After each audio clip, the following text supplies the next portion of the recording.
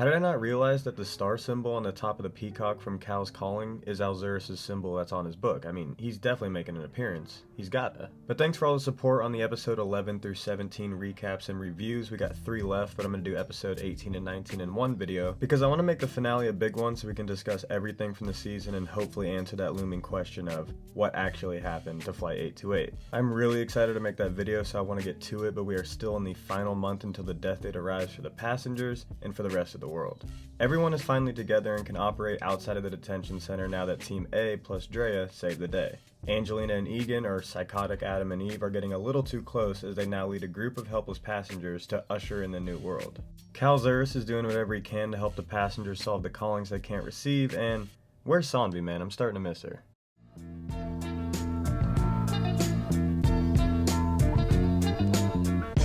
Well, never mind about no more time jumps, we only got 2 days left.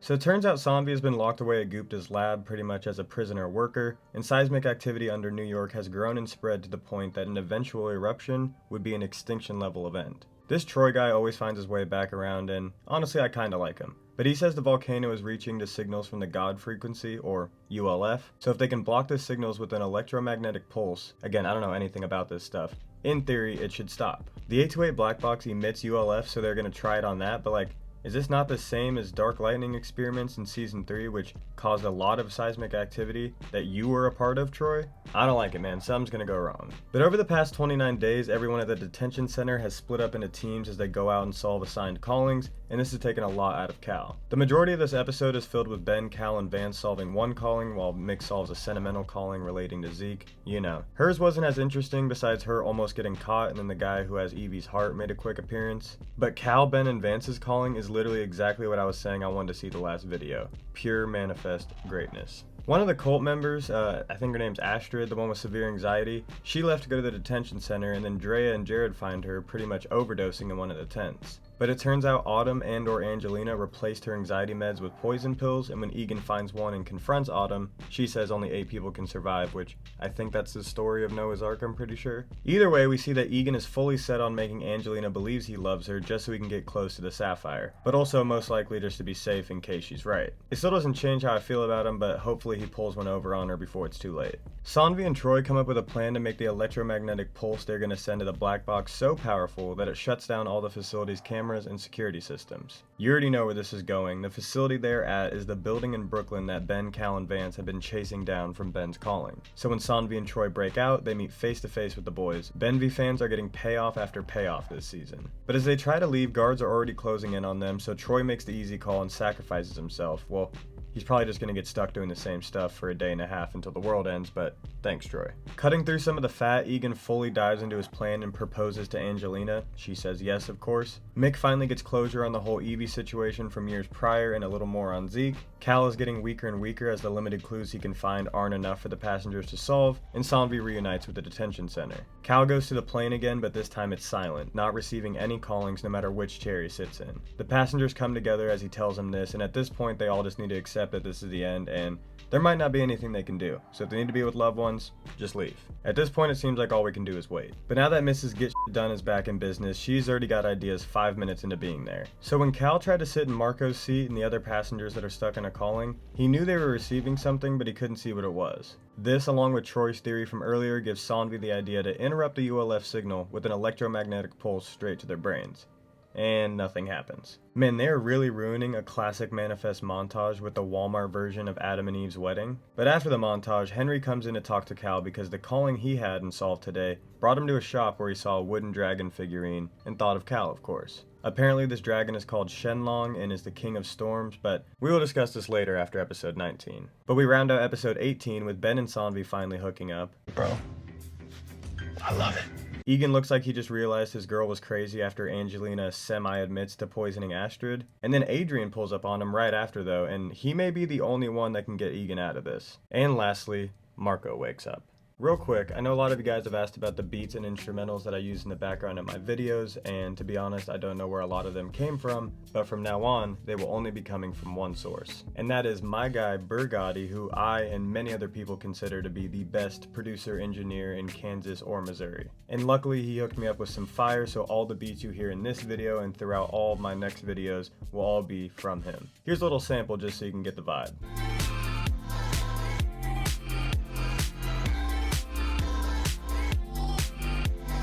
But if you like this sound, if you like the sounds of all the other beats you're hearing, make sure to go check him out on Instagram. He has his own music on Spotify, Apple Music, everything else. But if you're an up-and-coming artist, if you just like the beats in general, make sure to go check him out. Everything will be linked in the... Man, I just can never say that. Everything will be linked in the description. Make sure to go check him out. And yeah, let's get back to the playing people.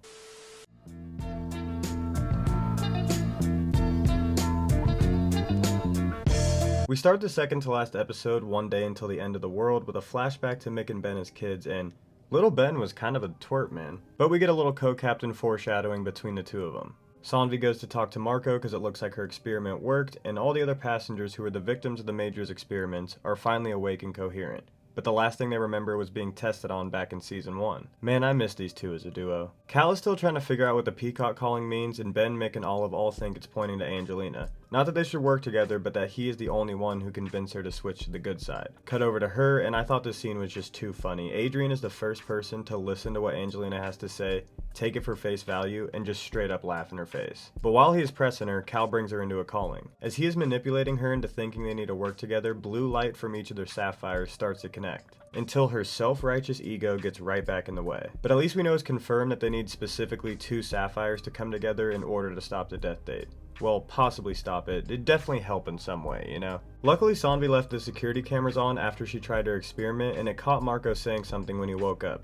It sounds like Kovchek, I'm probably not saying that right, but it's something in Bulgarian. They have him draw it out, and I actually laughed right here when I first saw this. He came back with a message from the Divine, and it's a damn coffin. They gotta die at this point, bro. Like, everything is screaming they won't make it. But speaking of symbols, Mick brings Cal a picture of the Gemini constellation as she talks to him about Zeke. He's trying to figure out the picture of the peacock, and then Olive comes in to give him the wooden dragon figurine. We are right back to season 1 with the original death date symbols. This has to mean something. The symbols that brought them the death date must have the answers of how to stop it. Alright, this scene right here, if you're a true Manifest fan, could damn near bring tears to your eyes. It's so perfect. So they know the connection between all these symbols and what it's telling them to do. Connect the 2 sapphires. But where is this all going to go down? Remember the wooden dragon Henry gave Cal, the King of Storms? Now remember the fissure that opened up and Sanvi threw a piece of Noah's Ark into it? Well, that spot was at the base of Storm King Mountain. And as all the pieces are coming together, Marco sees the picture of Noah's Ark and says Kovchek again. He was trying to draw Noah's Ark, or just some Ark. They need to go get the piece of Noah's Ark which has inside of it Sapphire. I could do an entire video on how this was the best scene in Manifest history. You know what? I actually might make a video, just a quick 5-6 minute video on it. This scene was the best scene in Manifest history. And dude, the payoff is just crazy right now. The team has never looked more complete. And if it couldn't get any better, the fissure is in the shape of Cal's dragon scar. The Divine has been directly reaching out to him to stop the end of the world for at least 2 whole seasons now. Probably since the beginning, but for sure 2 seasons. They try to start digging up the piece of Noah's Ark, not really sure how that's gonna work, but Cal says that they are too early and he will know when it's time to dig. Alright man. Even though he's older now, he's still creepy Cal to me. Cutting through some of the fat, this is probably the last time we're going to be able to say that. Kinda sad. Adrian finally convinces Egan to leave and join him when Angelina compares herself to Noah, but she doesn't have an ark. Egan remembers when he heard Sanvi talking about the ark, so now his dumb knows where to go too. Hey, as long as it's just him and Adrian, I can live with it, but if Angelina finds this out, bro, I don't even want to get into it. Everyone is setting up camp at the base of the mountain. Ben tells Vance to go be with his family, and we get another heartbreaking goodbye from these two. Ben and Mick go to collect firewood, and they realize they're at the same spot from the intro clip where they were as kids, doing the same exact thing, I might add. Calling this a full circle moment would be the biggest understatement of the season. We get 2 campfire sentimental scenes where everyone reflects on the last 5.5 years. Ben and Sanvi finally talk about hooking up. Mick and Jared break it off, and she tells him to go to Drea. Alright, here we go, something crucial. Cal's awoken in the middle of the night and seems drawn straight to the fissure as his scar starts glowing. Then the fissure right after. I mean, it must be time, especially after he says it's all connected. Ben finds him and Cal is saying that he has to go and it's time for him to do his part. Extremely great scene from Josh Dallas here, but Cal says he knows what he needs to do now. Same thing he said at the end of season 3. I might add. As Cal stands on top of the fissure, his glow and the glow from the ground connect to make a beam as the entire thing lights up blue with sapphire. The beam shoots up on some UFO vibes as Cal slowly disappears, but the beam stays. Anyone who is saying the main theory is aliens, they're going to use this scene as just their only piece of evidence. And guess who sees the beam as it's lighting up? Well, obviously all the other passengers, of course, because they gotta know where to go. It's like the signal.